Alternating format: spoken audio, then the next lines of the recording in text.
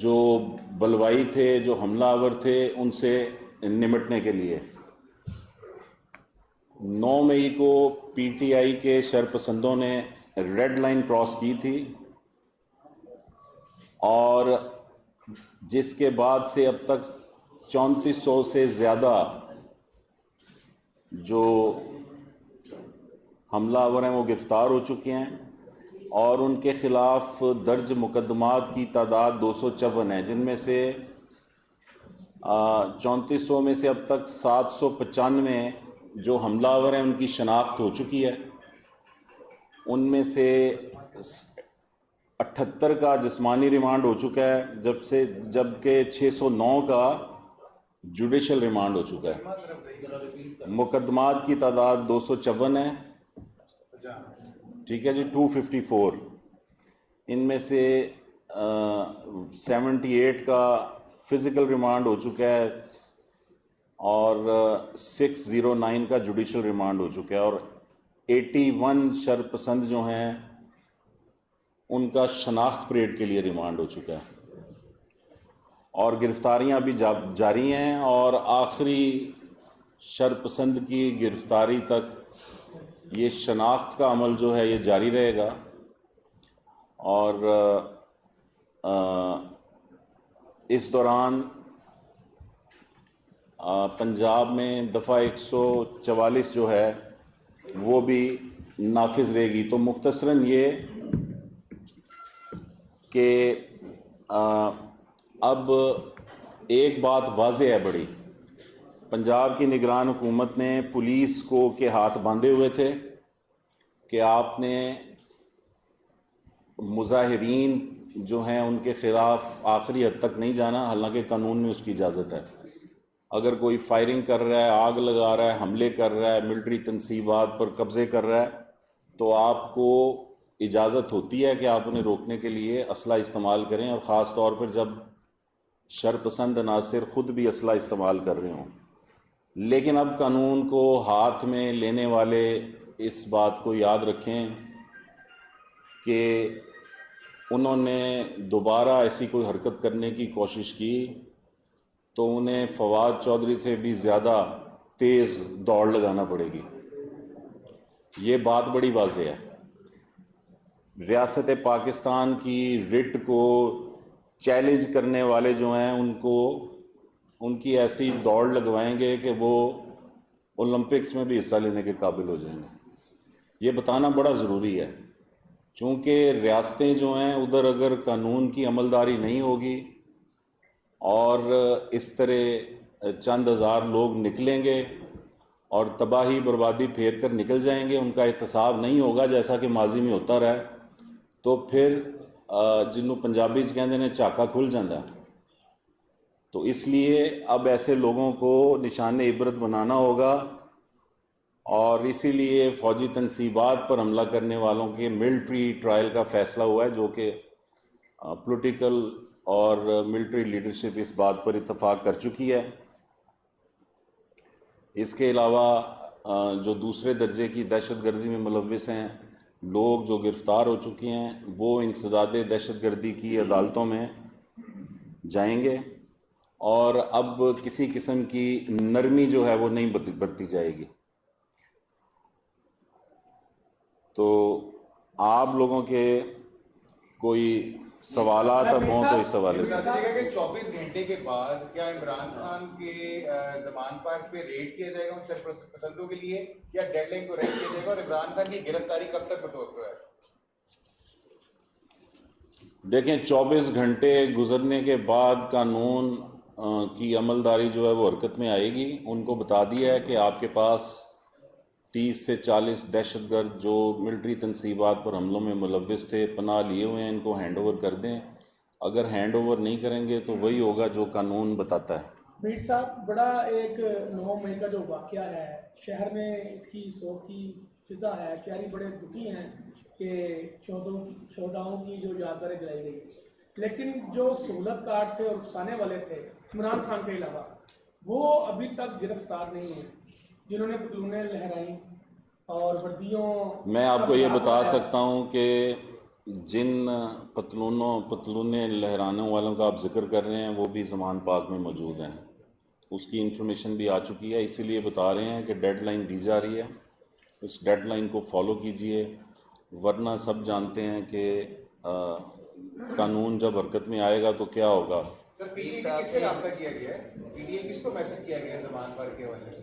PTI की leadership मरकज़ी जो है उसको कन्वे कर दिया गया। पीटीआई की मरकज़ी लीडरशिप अब खुद लॉ इन्फोर्समेंट एजेंसी से तेज़ी के साथ राब्ते में आ रही है। मीर साहब ये बताइएगा, जो एक नैरेटिव है जो अब से कुछ देर पहले तक पीटीआई का बन चुका है, वो ये है कि कोर कमांडर हाउस में कोई सिक्योरिटी नहीं थी, तकसीबात के ऊपर सिक्योरिटी फोर्सेस, पैरामिलिट्री फोर्सेस के जवान नहीं थे, वो आए, उन्होंने हमला कर दिया। उनका ये कहना है कि इसमें जो शख्स अनासर थे वो गवर्नमेंट ने शामिल किए। आप इस पर क्या कहते हैं? देखें, आपने मुश्किल सवाल कर दिया। इसमें मैं कुछ एक हद तक आपको बता सकता हूँ। ये हमला बड़ी आसानी से रोका जा सकता था। अब उसमें मसला ये था कि एक तो चीफ मिनिस्टर पंजाब की जानिब से पुलिस को असला इस्तेमाल करने की इजाज़त नहीं थी। बुनियादी वजह ये थी कि वो नहीं चाहते थे कि लाशें गिरें, और जब 5 हज़ार बलवाई इकट्ठे होके हमलावर होते हैं तो दुनिया भर में सिक्योरिटी फोर्सेस का असूल है वो पहले हवाई फायरिंग करते हैं, उसके बाद वो टांगों में गोलियां मारते हैं। ये दोनों काम नहीं किए गए, पुलिस को इजाज़त नहीं थी। तो इस वजह से उन लोगों के हौसले और बुलंद हुए और उन्होंने आग लगाई, तोड़ फोड़ की और वो सब कुछ किया जो टीवी स्क्रीन्स पे आप लोग देखते आ रहे हैं। तो ये कहना कि कोई फेलियर था, इस हद तक था कि हम नहीं चाहते थे कोई लाश गिरे, लेकिन आइंदा के लिए अब फ्री हैंड दे दिया गया पुलिस को, और जो असला इस्तेमाल करेगा, दहशतगर्दी करेगा, उसके रोकने के लिए जवाब में असले का इस्तेमाल जो है उसकी इजाज़त दे दी गई। एक सवाल ये है कि इमरान खान की गिरफ्तारी आपको मजबूर है और कब यानी बाद करेंगे, और इमरान खान का जो ट्रायल होगा वो फौजी अदालतों में होगा या जो सिविल अदालतें हैं वहाँ होगा? इस हवाले से अभी आपको आने वाले दिनों में बताएंगे।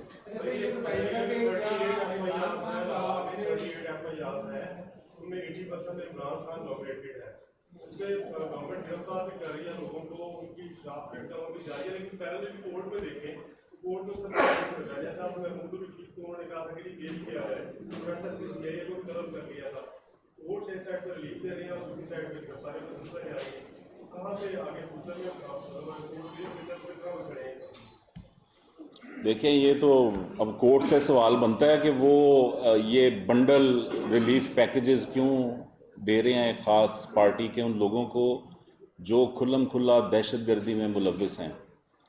लेकिन जो मिलिट्री कोर्ट्स कायम करने का फ़ैसला हुआ है वो शायद इसीलिए हुआ है कि जो दहशतगर्द हैं उनको अंजाम तक पहुंचाया जाए। अच्छा सर, कोई इमरान खान के साथ इन वाक़यात का कुछ राज, कोई लिंक भी एस्टैब्लिश हुआ है या फिर ये जो बयानात हैं उन्हीं को लेके आगे जो है वो इन्वेस्टिगेशन उसको ले जा रही है?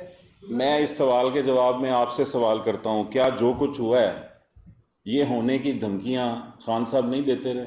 मुसलसल पिछले एक बरस से दे रहे हैं, तो इसका जवाब तो आप खुद दे सकते हैं।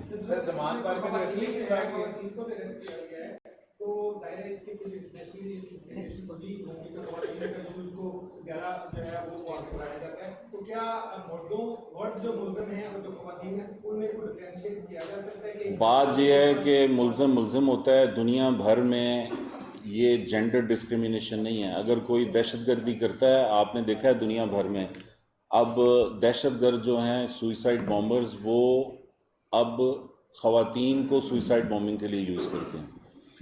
तो अगर कोई खातून जो है वो इन वाक़यात में मुलव्विस है, और आपने देखा है कि ख़वातीन जो हैं वो मर्दों से ज़्यादा मिलिटेंट हैं इस जमात से ताल्लुक़ रखने वाली, इंस्टिगेशन में वो मर्दों से भी आगे हैं। तो फिर कानून जो है वो तो दोनों को बराबरी की बुनियाद पे ट्रीट करेगा। तो क्या भी हक राय दही के लिए आई हैं?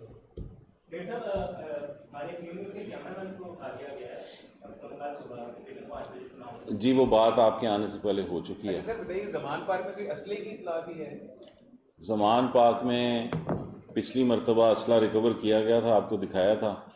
तो ये तो अब जब अंदर कोई जाएगा तो बताएगा कि असला है या नहीं, लेकिन असला तो रखते हैं वो। साहब, अगर कल आप 24 घंटे के बाद ऑपरेशन करते हैं तो वहाँ पर फिर मज़ाहमत का सामना करना पड़ेगा। क्या पुलिस के साथ कोई और इदारे भी जाएंगे साथ में, मतलब पुलिस ही? देखें, ये इस सवाल का जवाब तो वो इदारे दे सकते हैं, वो अफसरान दे सकते हैं जिन्होंने ऑपरेशन करना है। लेकिन मैं ये बात आपको बता दूं कि ये तय कर लिया गया है कि ये जो दहशतगर्दी का, तखरीब कारी का, शर पसंदी का वायरस इस वक्त तबाही मचा रहा है, इसका इलाज जो है वो किसी वैक्सीन से नहीं है, वो किसी मेडिसिन से उसका इलाज नहीं है। तो सर्जरी करनी पड़ेगी और इंशाल्लाह सर्जरी होगी। अच्छा सर, ये बताइएगा कि किसी भी हसास ऐसी बात जो होती है, जैसे कोर्ट हाउस है, हमेशा 8 किलोमीटर के रेडियस के अंदर एक ऐसी फोर्स होती है कि अगर कोई इस तरह का इलाज हो रहा है तो उनको पहले आगाह कर दिया जाता है।